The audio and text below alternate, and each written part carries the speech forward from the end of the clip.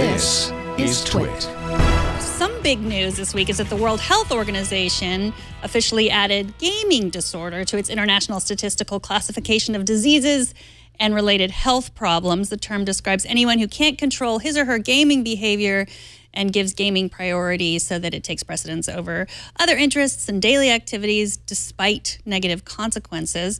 Now, experts and video game lovers have had mixed responses to the news. Some wonder why gaming has been called out specifically and how it's any different than gambling addiction that already has been classified as a disease. Now, we have all probably met people who might fit these characteristics, but that doesn't necessarily mean all of us have to immediately burn our Xboxes or delete Fortnite from our phones. You probably don't want to burn Xboxes. No, don't do that anyway. Don't do that. Joining us to talk about this is Dr. Mike Bishop, founder of Summerland Camps, a program for kids who have lost their way with online distractions. Welcome back to the show, Dr. Mike. Hey, Megan. Thanks for having me back. So we spoke last summer about the benefits of a tech detox. Yes. Tell us now your thoughts on this news of the gaming disorder designation. Well, I think it's great. This is great news because it opens up potential insurance reimbursement for families. It also leads to legitimacy of the issue that for us in the industry have known that this has been a valid a disorder for a long time, and it finally, lends credence to to what we see every day. So we're those of us in the industry are very happy for the World Health Organization's decision to classify gaming as an actual disorder. So does this mean programs like yours, Summerland Camps, would maybe be covered by health insurance? Potentially, that is what we are hoping for. Right now, what we do is we bill for group and individual therapy sessions that are separate from the fun, more camp-like aspects of our program. We bill whatever we can. At the present time, that might be for an adjustment disorder.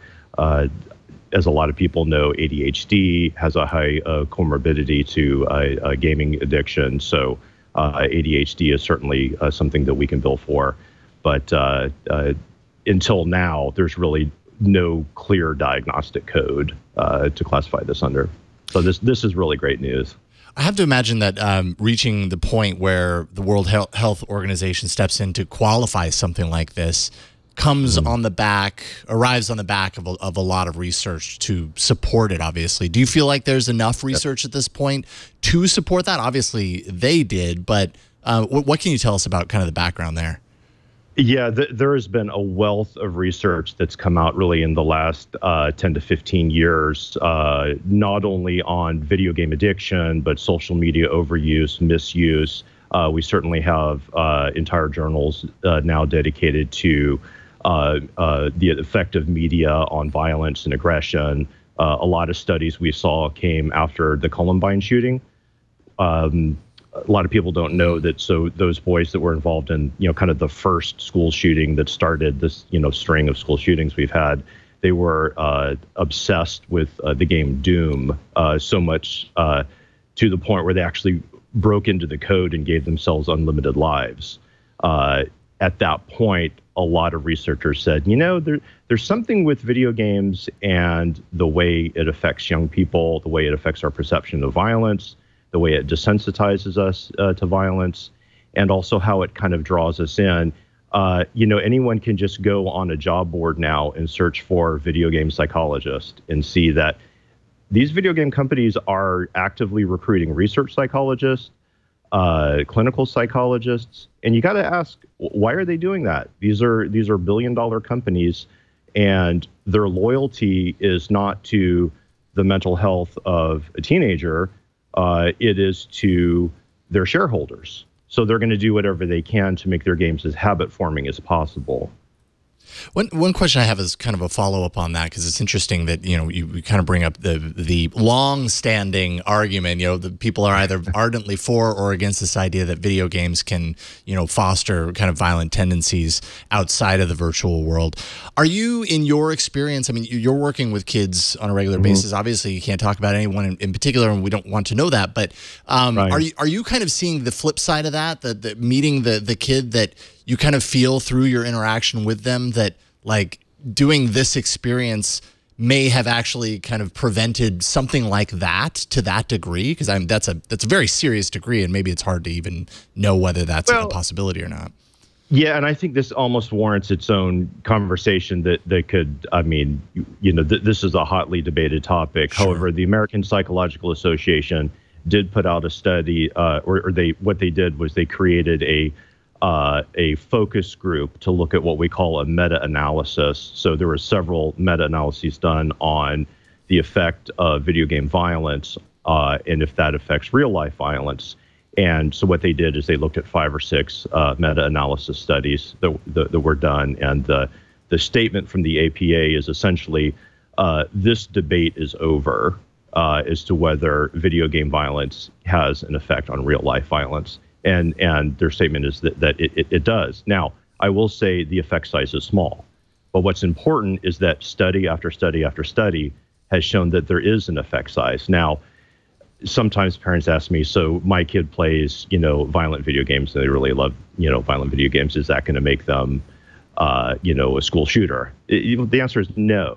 That in itself does not make someone become a violent or aggressive person. But what we do know is that even just there was one study that was done. For example, they had people watch a violent. They're exposed to violent media for 4 hours. And then a random group exposed to cooperative media for 4 hours. And then what the researchers did is they set up a they set up a fake catastrophe after the subjects walked out of being exposed to the violent or nonviolent media. And what they found was that across the board, people that were exposed to violent media took 36% longer to respond to. What it was that there was a woman with crutches and her leg was in a cast and she dropped one of the crutches. And so, it has this cumulative effect on our perception of what is okay. And you also have to think that when you're playing a violent video game, it's stimulating your fight or flight part of your brain. And I'm sure many parents out there have had the experience. Your child is pretty much calm, normal, but then they're playing a violent game, and you tell them to get off, and they lash out at you. Mom, 5 more minutes. I told you, if I quit this game, I'll, I get kicked off my group, and you would never see that if they were folding their clothes or doing their homework. Sure. So I mean, without question, it does have an effect. It's just it's a small effect. And what we see is essentially a stacking of effects. So for example, if you're naturally a bully, you're coming from a home where you've witnessed domestic violence, you're naturally a physical person, and then you add on to that you play violent video games, you are much more likely to commit a violent act. Yeah, I think that I totally agree with you. We could talk for an hour about this. I mean, a lot of it is semantics, right? Like there's effect, right. Violent video games can affect you. We're not saying, nor were you saying, that violent video games caused Columbine, that it's an effect. It's proven, scientifically proven, that will have some effect, but that's different, especially legally different than this, X causes Y.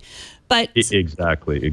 It's when people ask me this question, I usually respond by saying it's a lot more complicated than just giving you a yes or no answer. It's just not it's almost like you just want to hand them a book and say, here, go explore this, because it's not simple. Yeah, it's not a simple yes or no answer. So we know everything in moderation is good, whether you're talking about violent video games, non-violent video games, social media, chocolate. Although not really. But how do you know what moderation is? How do we gauge what a moderate user is? I mean, we're always comparing each other with other parents, but, kids are very different. How do you tell what moderate use is? Well, and that's a great question. So at our program, Summerland Camps, we try to find that answer for each person individually. From a teenager's perception, if they're interacting with their friends online, then everybody's online, because that's who their friends are. Mm-hmm. Of course, if you were playing for the football team or playing for the basketball team, everybody's playing basketball, or everybody's into football, because that's who your friends are. So the first thing we like to do is to create a reset opportunity where disengaging from screens and helping them, try out other sports and hobbies and interests, and whether that's athletic interests or hobbies or just books or whatever, and try to incorporate some other things into their life. Where you draw that line, I think, depends on the child.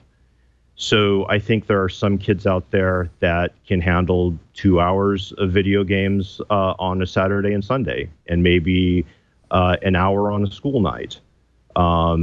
Personally, I limit my kids to no video games on school nights and 2 hours on the weekend, Saturday and Sunday. And for our family, that's what works, and they are able to perform okay in school.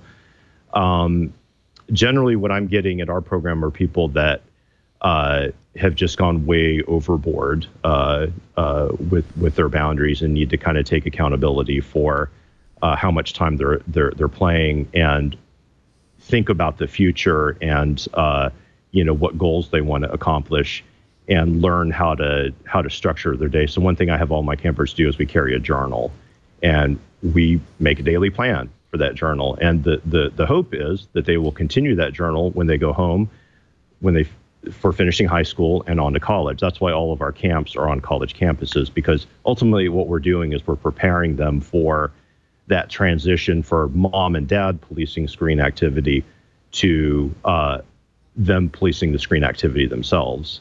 And I'm not anti-video game. I think that video games play an important role in our society. I think, after a stressful day of classes, to relax and play half an hour of video games, to connect with others through social media. I think that plays an important part of identity development.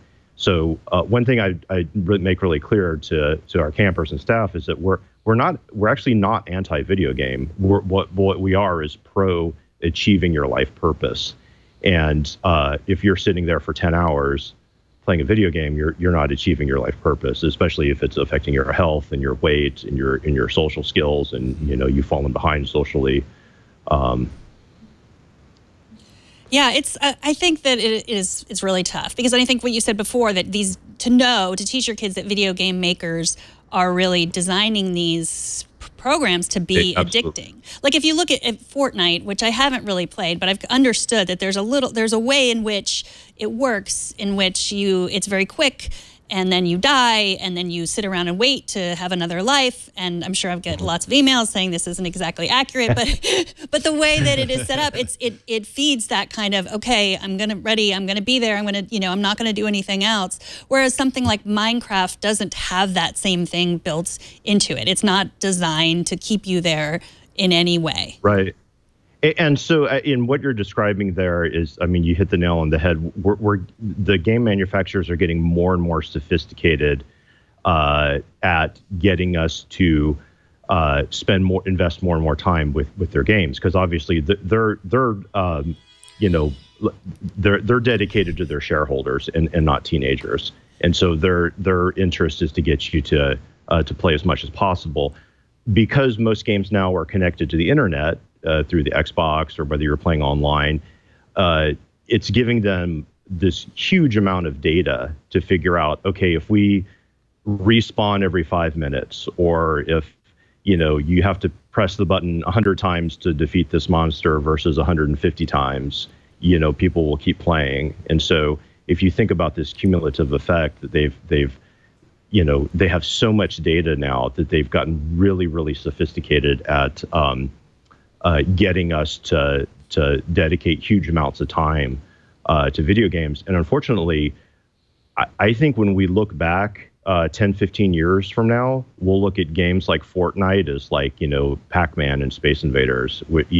Last time I went to Walmart, I noticed even at Walmart now, they have virtual reality headsets. The price point has come down.